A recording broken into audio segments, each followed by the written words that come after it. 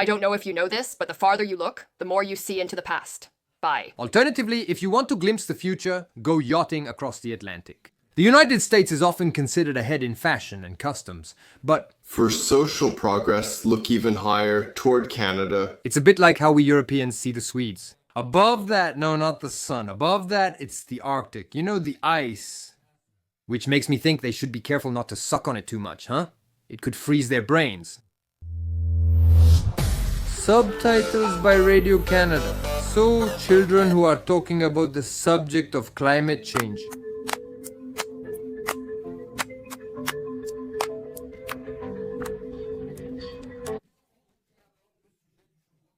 Having two little ones at home myself, I know they're involved, younger and younger, ecologically speaking. There are the messages from parents, the media, and school, so they're not necessarily the same messages. It's not always for the same reasons. Then, regarding France, climate change. In elementary school, kids usually aren't aware of it, so they don't worry, but they can still have an ecological mindset. So, it's in Canada. Okay, I'll try to get past my cognitive biases about this country. So this is it. Headquarters are headquarters. For those who don't know, every part of the machine is integral. You can't save the world without coffee and naps. I admit I'm a bit lost. It seems like a parody with the kids taking the adults' roles exactly. They're all working on very cliché Macs. They're even using very startup nation language. It looks like an American political campaign. But on the other hand, the cliché of the woman bringing coffee to the men is reversed here. It's a boy bringing coffee to 7 girls. There's even a small child, likely Asian. Perhaps it's to suggest children are better at egalitarianism than adults. Then why still show adult flaws? The ridiculous language, working on Apple, #Google, Apple, Facebook, Amazon, Microsoft, just to send an email or make a spreadsheet, drinking coffee, which is really bad for kids. That's abuse! Like taking naps on the floor, yes, that's abuse. If they want to prove themselves, why not go all out? Sure, that's just mocking adults. Still, we don't joke about egalitarianism. Maybe we can't discuss egalitarianism here, given the proportion. But from what I know about Canada, maybe that's just a stereotype too. Yeah, the straight white cis male serving others? Maybe we're still in the parody of Canada, we Pulled kids across Canada. The urinary catheter is inserted into the urethra until urine flows into the collection bag. Push the catheter a few centimeters further to ensure proper bladder placement. The balloon is inflated, the catheter attached to a bag. Oh no, that's cruel to children. Surveyed kids across Canada to rank election issues by priority. 74% said climate change was their top concern. Which is completely normal. In fact, kids vote for what concerns them. They're not going to vote for taxation. They might not even know. How can you expect them to understand the issues when they haven't worked yet? For our tech investment, we asked children, poor things, put in such an important position, between particle accelerators, biomass use, and new Italian ice cream flavors. And so the result is, well, you know what, guys? I think this summer we might finally get to taste cod liver flavor. No, but if they had focused on school facilities, safety, and education, maybe there would have been extracurricular activities. That was number 1. But international politics, under 18, what is that? Do you care? That doesn't mean it's useless. You can see from the chart they don't care. They use nearly the same colors everywhere. But anyway, aside from that, we can say that kids voting on health laws might be in contact, directly or indirectly, with illness. For employment, maybe a parent is unemployed. For immigration, maybe their parents often discuss it at the table. Because that's Rostakwer. Am I wrong? Of course you are. Good. Sure, because Actually, children are all in a phase of absorbing information. It's still too early for them to really have thoughts that come entirely from themselves. But that's completely normal. But the problem is that this, plus the lack of experience, makes them extremely impressionable. children. For Christmas, do you want to come out of your basement and face this horrible world full of monsters? Or a big candle so you don't spend the whole Year in the dark? Candles, okay. Same as last year. What won't we do for these kids? They judge with what they know. Brainwashing, manipulation, and propaganda work better on them. Regarding manipulation, the 74% figure isn't about climate change. It's about the environment and ecology, which aren't the same. In France, 23% of adults don't believe in global warming, and more of them are young people than baby boomers. That doesn't stop these people from viewing environmental protection as a great cause. We're already used to it.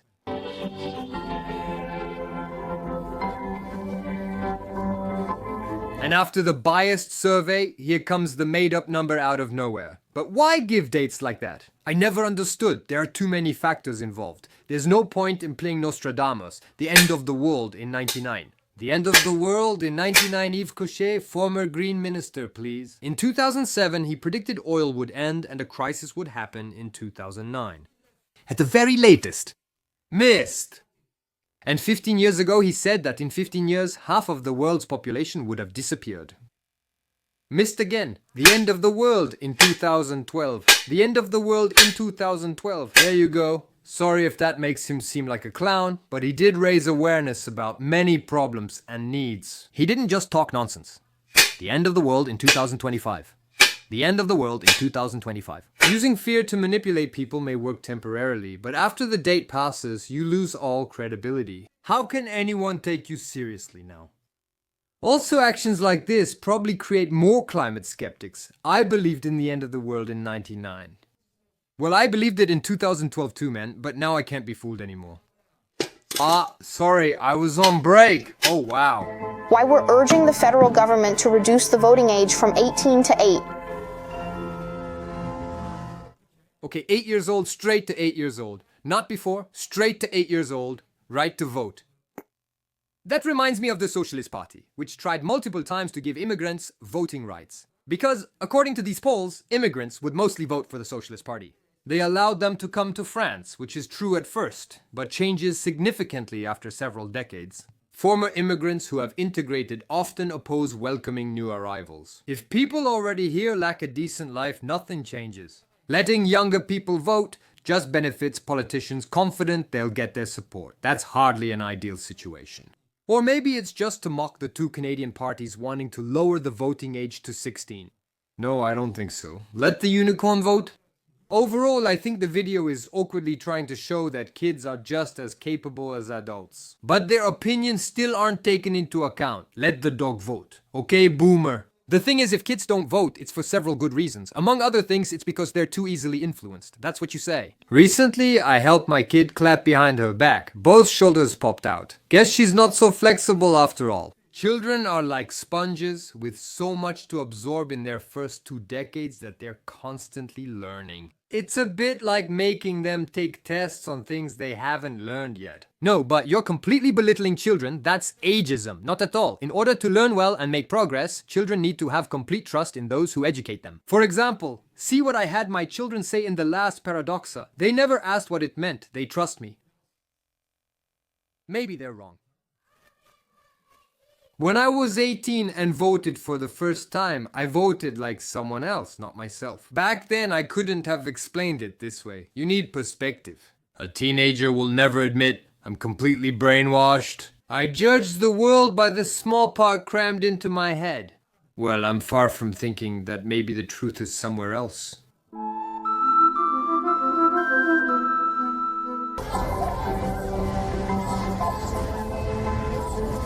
I would say that with the education we have today, we should almost raise the age. The right to vote. But that would be smarter than the opposite. In the school curriculum, we develop critical thinking a bit more. Oh, the future. They deserve a say. We work together. Sorry, it's just a little pitchy, so let's try it again. You're pitchy. Okay, from the top. Well, now I'm sure this isn't a parody. The video, even though it's meant to be funny, tries to show us that children are basically just smaller adults and that their voices should matter. That's likely why they depict adults behaving like children. And kids who have no respect. Just like sometimes engineers are jaded because they didn't manage to be on the artist's side. They deserve a say. If we work together, we can lower the burden. It pokes fun at protests with no turnout, though the cause, fighting for the environment, is very noble. But am I the only one who's shocked by the exploitation of children here? Don't tell me that kid in the stroller understands what he's doing or what his sign says. This is still about ideology and political propaganda, which isn't right. Even Stalin wouldn't have dared. Well, actually, he did. This guy can vote and then I can't. Here, it questions universal suffrage more than the drinking age. If you ever think that some people are too dumb or just don't agree with you enough to vote, these kids aren't here to play, which might be what's unusual. Children are made to have fun. And the role of parents, of adults in general, is surely not to steal their innocence. Let the kids vote.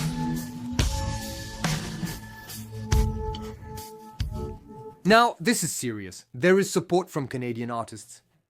At first I thought it was a joke. First we have Chantal Crève. Chantal Crève, I love it. What a crève, Chantal. And David Cubitt. What a name, David Cubitt. You couldn't dream of anything better. But no, I checked, they really exist. Of course, everyone knows showbiz is extremely opposed to exploiting children and their image. Having your kids photographed for a magazine cover to revive your career or just to remind the world you still exist? No thanks. I'm really looking forward to kids suing their parents, and I don't think it'll take long. Because their entire childhood, which should have been private, was exposed on social media without their consent, obviously.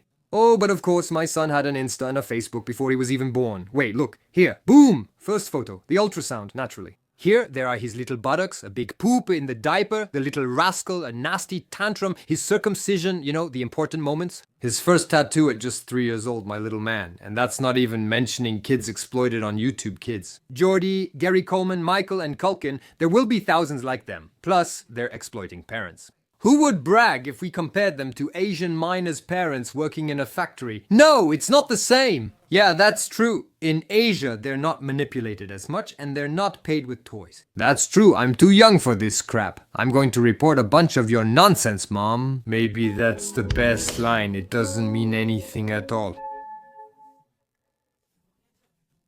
Let the future decide the fate. And still, I could have translated it as let the future decide the future, let the helicorn not exist, and let dogs be canines.